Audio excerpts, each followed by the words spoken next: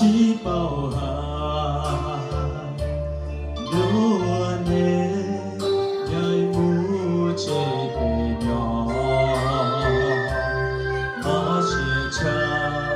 ai chỉ tao ý lo nhai là lo có nhỏ về cái phòng yêu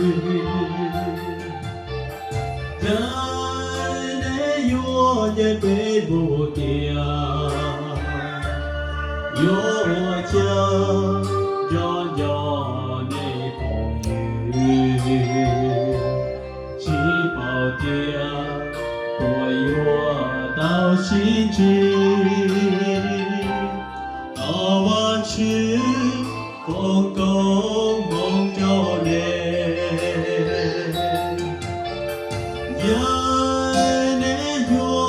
bê la lo có ba chữ hoa đồ cho kê có bề tao xin chi nhỏ đồ dễ chơi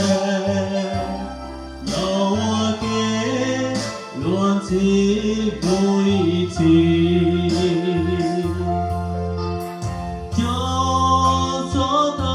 bên nhỏ kề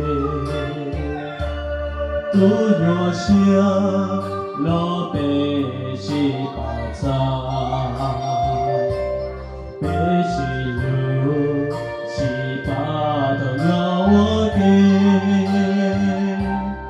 lu nó bê ye yua tao muốn ya chúng ta bây giờ thì chúng ta sẽ bằng cách sao rằng cầu xin Chúa dẫn dắt anh em để cho anh em luôn vững tin Chúa và cầu xin Chúa hãy để cho chúng ta lại được gặp nhau và cùng nhau học hỏi.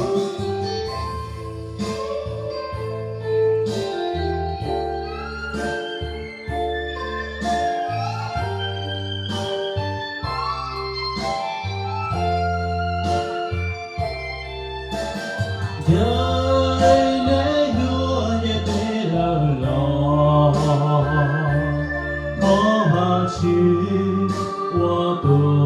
cho kê có bề tao xin chi nhỏ đồ dễ chơi nhỏ hoa kê luôn chỉ mỗi chi nhỏ gió tao bên nhỏ hoa kê tu nhỏ xia lo bê si bà cha